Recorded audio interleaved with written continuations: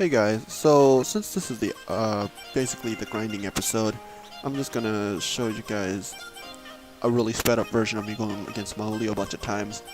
I didn't really get much experience off of it, but I still got a lot of money, so it still works out in the end.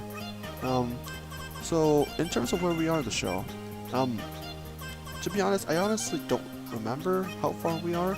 I think we're 2 gyms in, and we've already visited the what's it called, the power plant, and that, yeah, sure, we progressed quite a bit, but you know, this still seems to be a lot in store for us.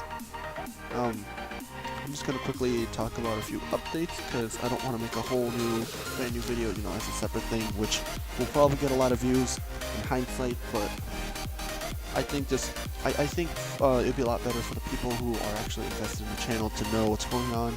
And you know, if you guys are liking what you see, you know, please hit that like button, you know, subscribe, and you know, all that good stuff. Share it with a friend, you know, maybe show a quick clip, just to show that we're there, you know. So yeah, back to the update. So by the time this comes out, the new project probably already has come out. If it hasn't, while I'm editing, future me, please bleep this out. It's Super Smash Flash 2. So I already have a bunch of stuff recorded for it. I actually recorded for this. I have a lot of stuff ready. I'm probably gonna have to edit them as quickly as possible because I'm starting to get busy again. A lot of work to do. Okay, so let's switch the topic just a little bit. I think I want to spend this time talking about a certain thing that a lot of us are familiar with, but probably haven't experienced too much about. YouTube Red. And before I say anything, Future Me's flash on the screen right now. This is not sponsored at all. This is hashtag not spawn. Okay, we good? We're good.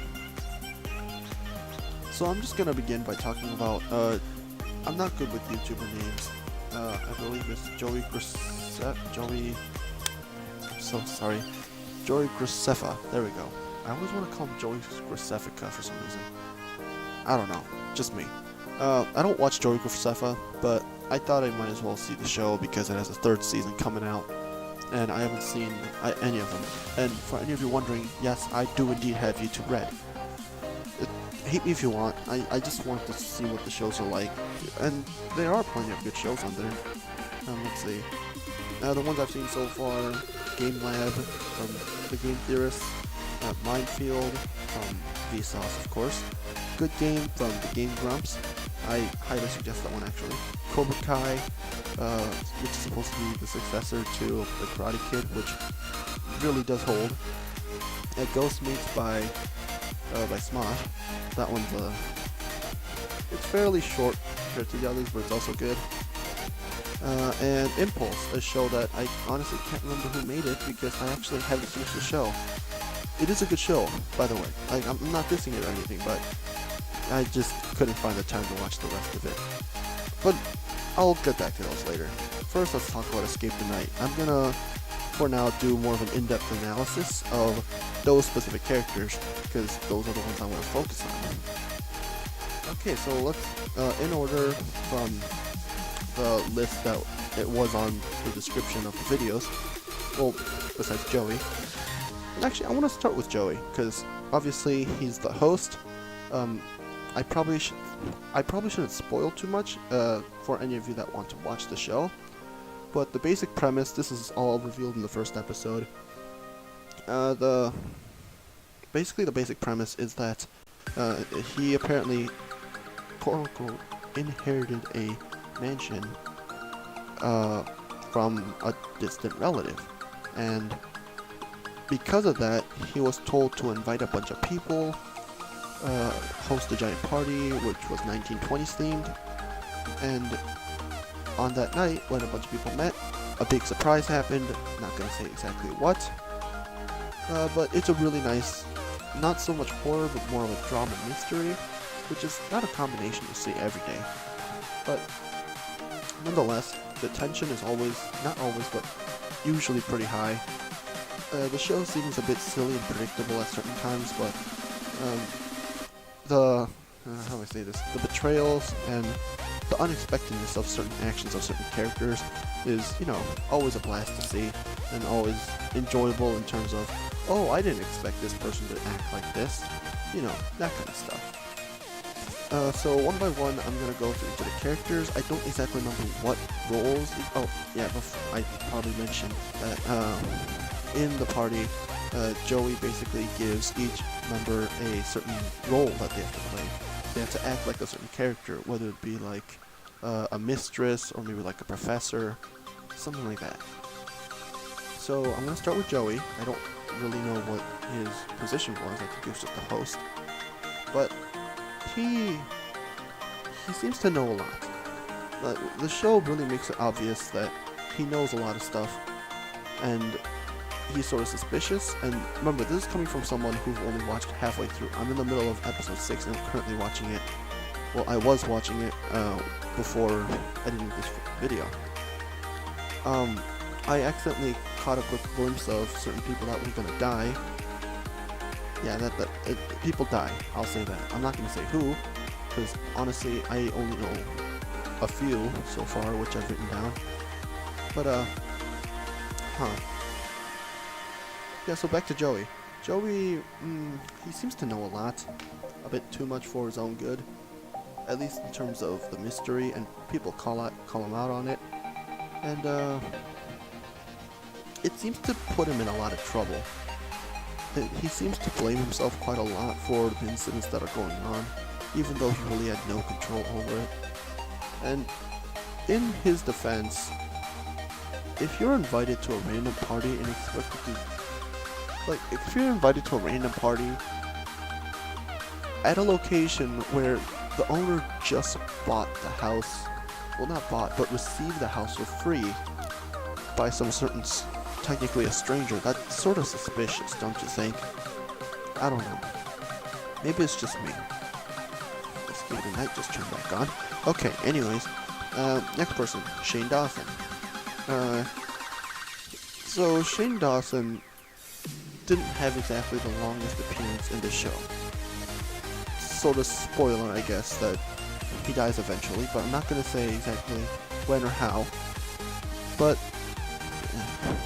yeah, spoiler alert, whatever. So Shane Dawson, he didn't really get to say much. That's all I'm really gonna say. And to be honest, at the moment where he sort of got in trouble, the people were still confused about what was going on. They were at a party, they didn't really know what to do, and all of a sudden, stuff starts to happen. And I really can't judge Shane Dawson's performances because of how short-lived his really was, and I really love the guy, and I don't watch much of him, but he really just seems like a fun character that people could have had on the show, but alas, Shane could only be there for so long, and I really can't say much about him. So who's next on the list? Lele Pons. I have a very strong discern about her, just because, if I have to be straight up with all of you, hit me in the comments if you want, but I really don't like Lele Pons. I don't know how she got popular. Okay, it was probably Vine, but let's not talk about that. I don't like that she's popular. Logan and Jake Paul, I know I'm bringing them out of nowhere, and I really shouldn't be, but even though I despise them and I really hate them for how insensitive they can be, at least they're smart with the YouTube platform. Lele, if I have to be honest, she's only on this platform because she knows that YouTube can be more profitable than, I believe, let me look it up real quick. I think she started on Vine, but I'm not quite sure. Let's see. Internet personality? Yes. Mexico. Yeah, she was prominent on Vine. I have a very strong feeling towards Vine because I think Vine can be either one of the best places or one of the worst places. Vine has plenty of stars on there. I don't know exactly names on the top of my head. I don't know, King Batch, I guess. That's the first name that I could think of.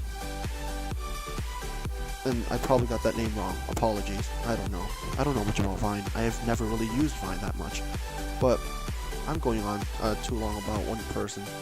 Her character still does really well. She's very active, hyper, and very suspicious of other people, and whenever someone's accused, she always either jumps on the wagon or I don't really know how to describe her character, because in the show they specifically say that she started out really rowdy, really loud, and really active and, you know, pointing fingers, and then eventually she cooled down and she actually started acting as a teammate, even saving certain people in certain situations. Okay, next up, Ava Gutowski? I don't know, my handwriting is awful. I don't know this YouTuber at all. Haven't heard of her, don't know anything about her. But she's doing just fine. Like, there's nothing about her character. Like, maybe she could have been fleshed out a bit more. She seemed a bit invisible at certain times. But, I mean, with such a big cast, what are you supposed to do? I seem to be running out of time, so let's speed this up a bit. Let's see. Ollie White, another person that I'm not really familiar with. And, okay, next up, Glozell Green. She's a very interesting character because she was another character that was really loud, really active, really spontaneous. That's the right word. And at certain times she seemed really quiet, really composed, and she was the one that usually was shocked the most whenever whatever instance or circumstance occurred. And to be fair, there's always that one person that's very jumpy, and I guess it's appropriate to have someone like her on. Next up is Sierra.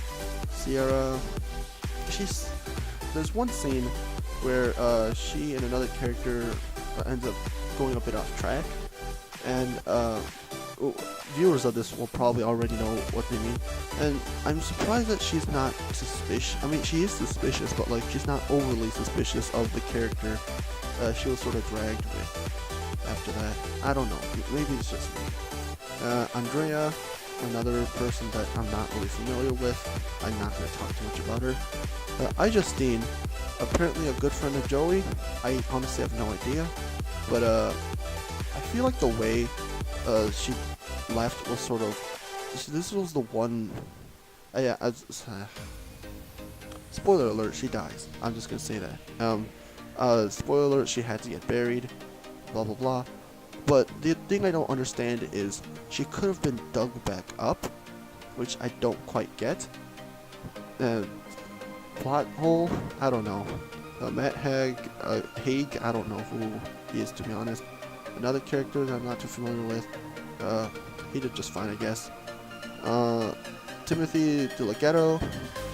I mean, I like the guy. I've seen him around on the internet. Good personality.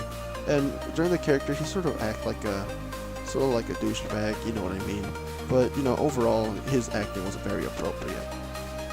I thought his spontaneous and really wild reactions and interactions with other people were, I think, some of the best parts of the series.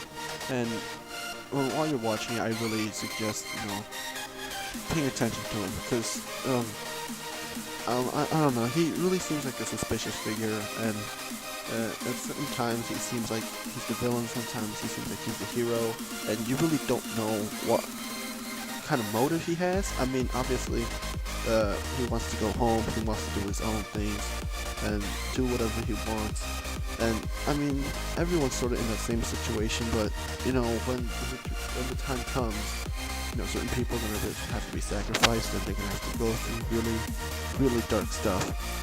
I don't know, like, maybe after this incident happens, maybe start talking about, start talking about, you know, what's going on, and maybe try to stop it from ever happening again, but I think I should digress. A few of the other shows I want to talk about. First, let's talk about Game Lab.